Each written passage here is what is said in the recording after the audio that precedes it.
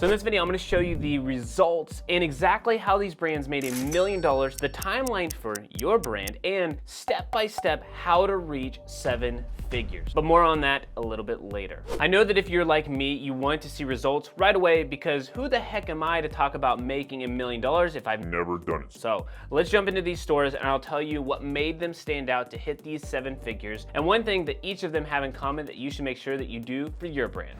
All right, so each one of these brands here, I'm gonna look at the last 12 months. So this one is the lowest amount of growth in the last 12 months. This brand's been around for about 2 years. It is a clothing boutique out of the Houston, Texas-ish area. So around there. They did $2.49 million last year, 2.1 of it online. The actual point of sale is down a little bit. So I think the point of sale is just really kind of proof of concept. So one thing that they do really, really well here for this brand is the photography is amazing, immaculate, if you will. They focused all of their time on the content creation piece, and honestly, the ads, the things that we're doing, I'll talk about here in a second, they are a much smaller piece. They are using photography on their website and on their ads. Most of them are not actually videos. They're mostly photography ads. They are just completely different. So this boutique is creating an audience, rather, of people who are completely different than the typical boutique. And so this style and this completely different style is actually what draws people in to generate real revenue. So as you can see,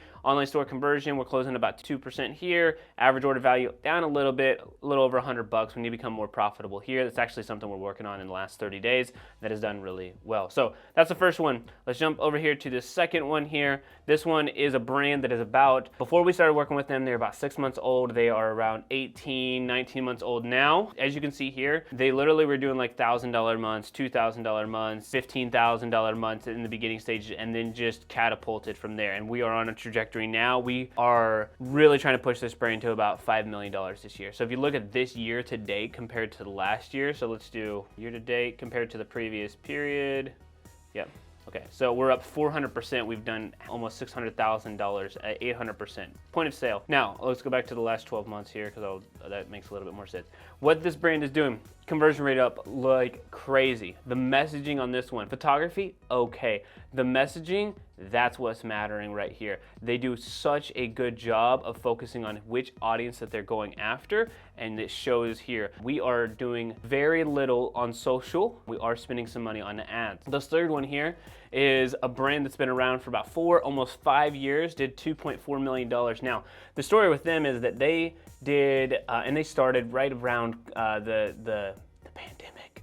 And during that period of time, they grew like most people online and they had extraordinary growth. So 2020, 2021 was just amazing. They did about $2 million per year. And then 2022, they did like barely over 1 million. We joined them in October of 2022. They did like literally right at $1 million. Thank goodness they still hit that 7-figure mark, but we're actually in the decline whenever we started to do it. They were doing $30,000 to $50,000 months. So it was on an upswing first part of 2022 and just like plummeting to the ground. The business, honestly, I didn't think was going to survive. Fast forward, last year, we turned this into a $2.1 million business.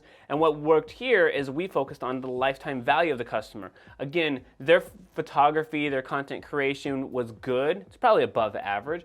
But what really helped them stand out was focusing on the lifetime value for this customer. Here's some examples, and like I said, let's jump into specifics here. And more importantly, what's the one common theme that all of these have in common? They had a very clear message of who they were going after. This most recent brand, they're serving a very specific type of audience. And the lifetime value of the customer, how did they do that? They did it through CommentSold, which is a live selling platform so that you can create a relationship with your audience and literally comment the word sold and it'll prompt them to make a purchase. So they did that with some lifetime value, but they knew who their audience was and got them to come back again and again. The previous brand, they focused on, again, their messaging to the right audience. They are actually a Christian brand out of like a small town in Texas as well. Ironically, these 3-4 brands or so are around the southern part of the United States, not by happenstance, nor do we geo-lock ourselves into where we serve people. It's just happened to be where they're at. Now, they're very outspoken about their faith, and they use that in the copy of their ads to go after new customers.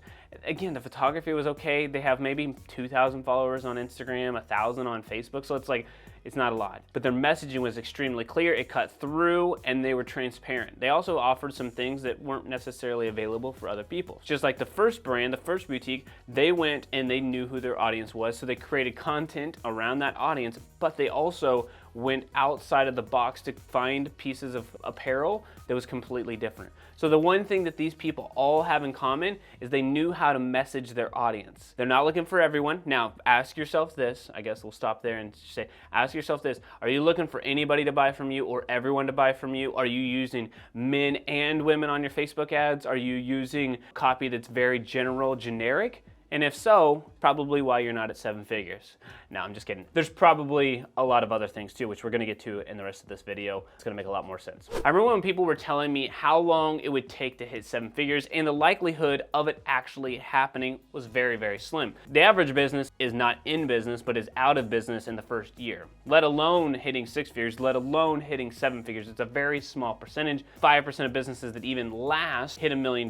But then I stumbled upon a process that actually worked, and I have implemented it into our business in every single brand that we have worked with since then. It's called the 5-1 method. So there are 5 things that you need to focus on during this timeline, okay? I promised that in the beginning of the video. What is the timeline for your brand to hit 7 figures? It can happen faster than 1 year, but it is unlikely to happen in 1 year or less if you don't follow something like this. It doesn't mean that you are focused on the end goal. It does mean that you are focused on the process and doing these things correctly. The very first one is not a coincidence. It's actually something that I tried to prove earlier by showing you guys some actual numbers, which is one audience. What is one specific person that you are going after? Women 35 to 44 who have 2 kids, who live in the southern part of the United States, who also happen to have the same beliefs, ideologies, etc.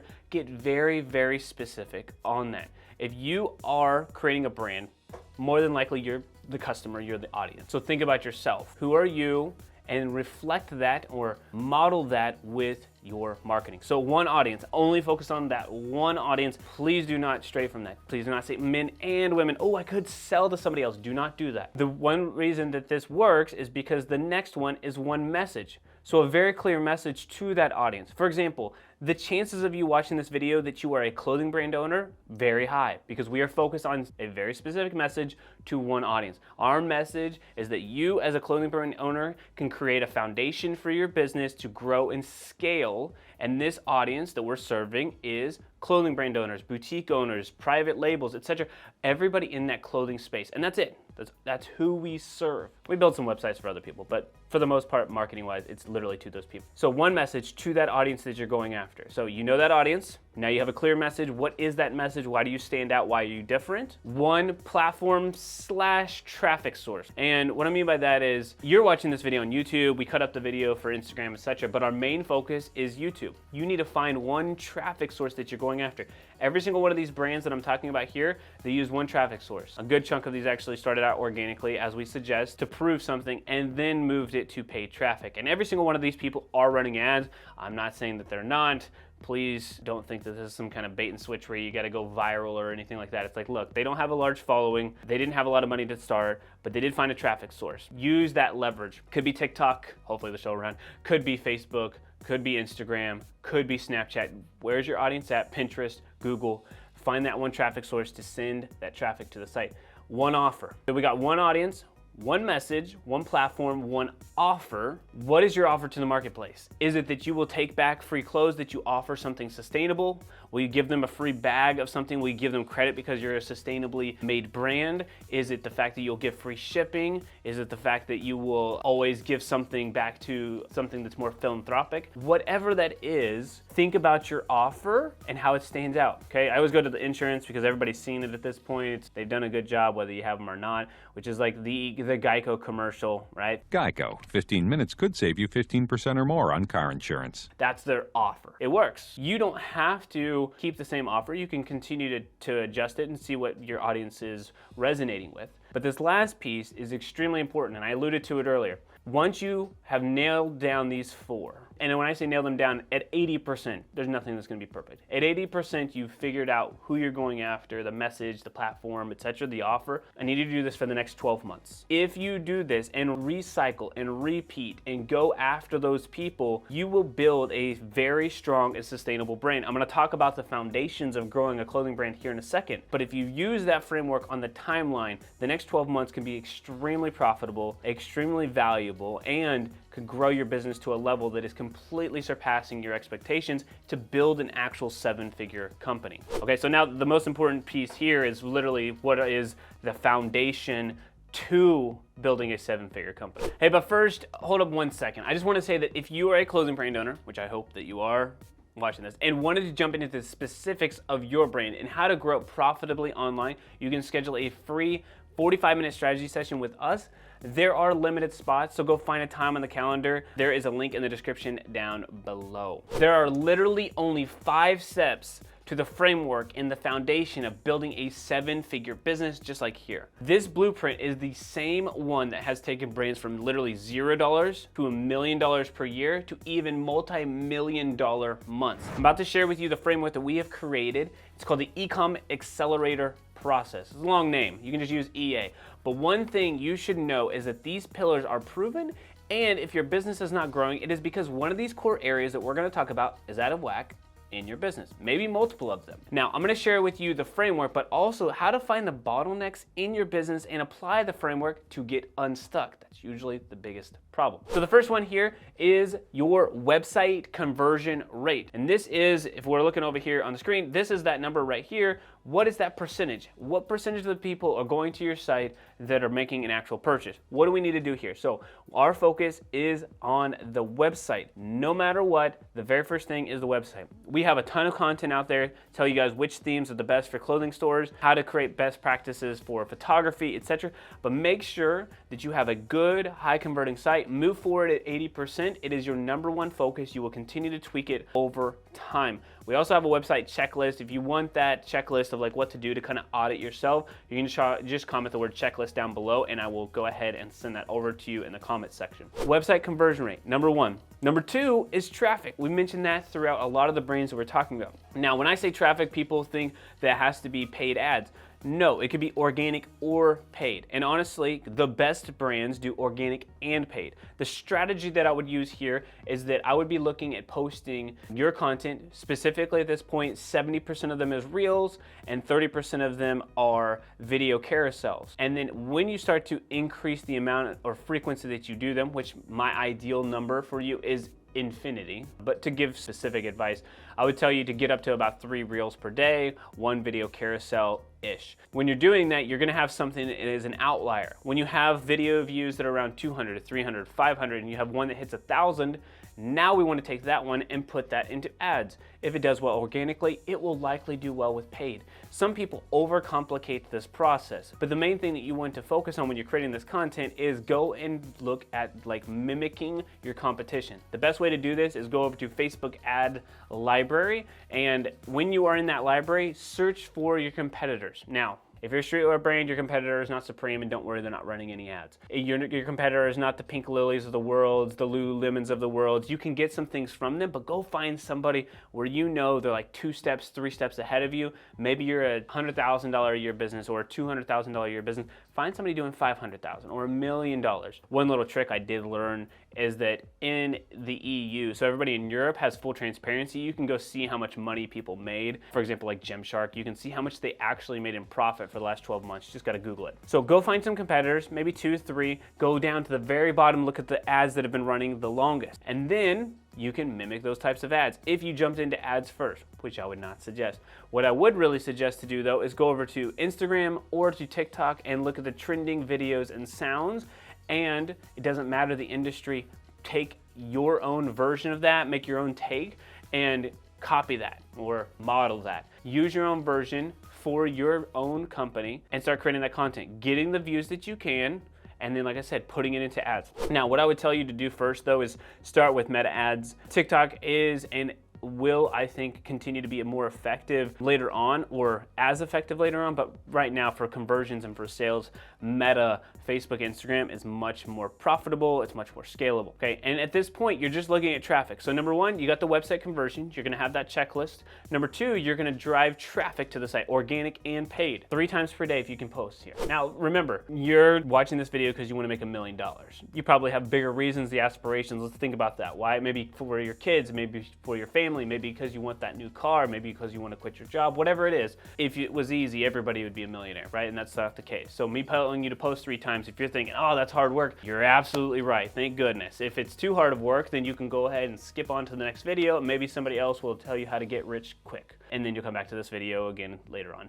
But number 3 here, my most favorite number in business is profit. Not only gross profit, that number's cool, net profit. I do not care about people who make $1 million but take home 50,000. I would rather you make 500 and take home 300,000. Like, let's worry about our profit. The question we get asked a lot is like, what should a boutique, what should a streetwear brand profit margins? 60% on the low end. You can go as high after that as possible as long as the market will bear it, but minimum 60%. Because we're really looking for an average order value that's in that $100 to $150 range. That's very, very nice. You may be lower than that. That's completely fine. If you're 60, 70 at that point, we'll talk about things to increase it. Right now, we're just trying to prove and continue to get better. We're laying that foundation. Great website, traffic to the site, profit. How do we add profit into a business? In the very beginning stages, it's gonna be about 30% of revenue. And that's gonna be email and SMS. If you have 1,000 subscribers on your email list, I want you to send out 2 to 3 emails per week. I want you to send out, if you got about 500 people on your SMS list,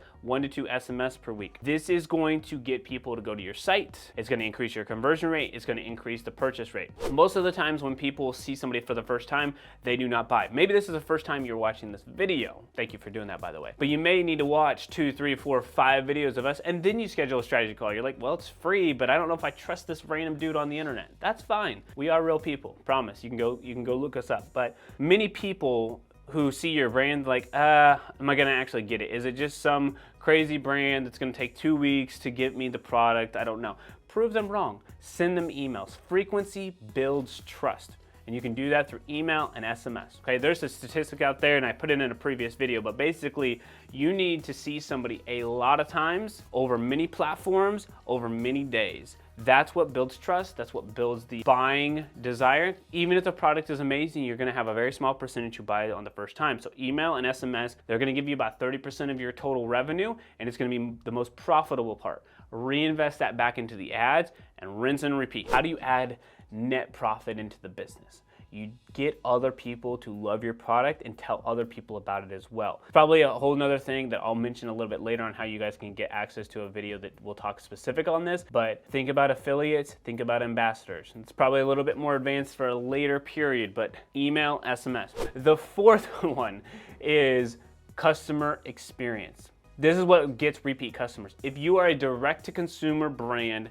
you should know that it is about lifetime value, meaning how much the customer is worth for you over time, not the one-time transaction acquisition. Facebook, Instagram, TikTok, all of those ad platforms are not able to get you a profitable acquisition to where it just makes sense where only Facebook and Instagram are building that business model for you. In 2020, 2021, absolutely. That's no longer the case. Maybe we'll hit a point where that happens again, but right now, you need a second and a third purchase from this customer, and you do that through your customer experience. This is great shipping. This is packaging. It's your overall experience with that customer and that customer with you. I want a handwritten note for every single customer. I don't care how many you have. I don't care if it's not scalable. It will get people to come back, and it will get Sally to tell James, to tell Fred, to tell Kimberly, and that is what's gonna build this actual business, getting those people out there like that, getting multiple purchases. Okay, so customer experience, do not neglect that. Treat every single customer like it's your mom, cousin, sister, friend, brother, whatever, it's somebody close to you. Now, this fifth pillar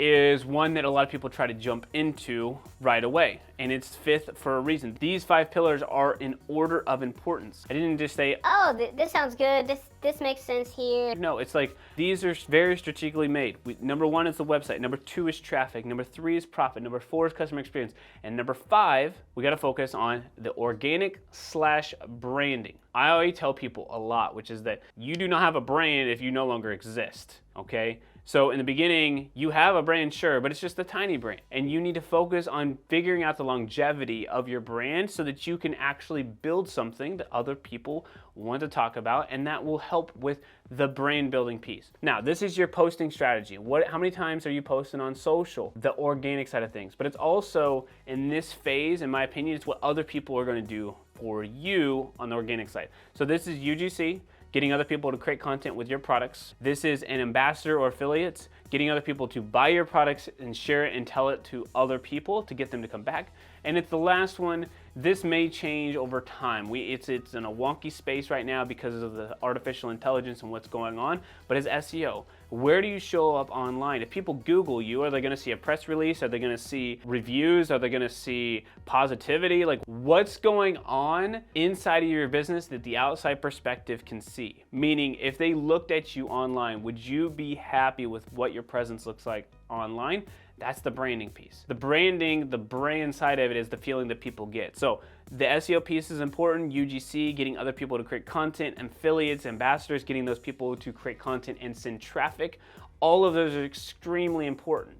This is the foundation to growing an actual business. And honestly, I think most people conceptualize it. It makes sense, they understand it, but the biggest problem that they have is, how do I actually get the traffic, right? Most people can get to the website, they can send email and SMS, but now they really need to be able to send that traffic. So now that you know the blueprint to building a 7-figure business, it's time to drive the traffic, just like I said, to generate more sales. And honestly, I think you need to start with Facebook ads. So make sure you go watch this video right here next. Y'all have a great rest of your day. P.S. Make sure you hit that subscribe button.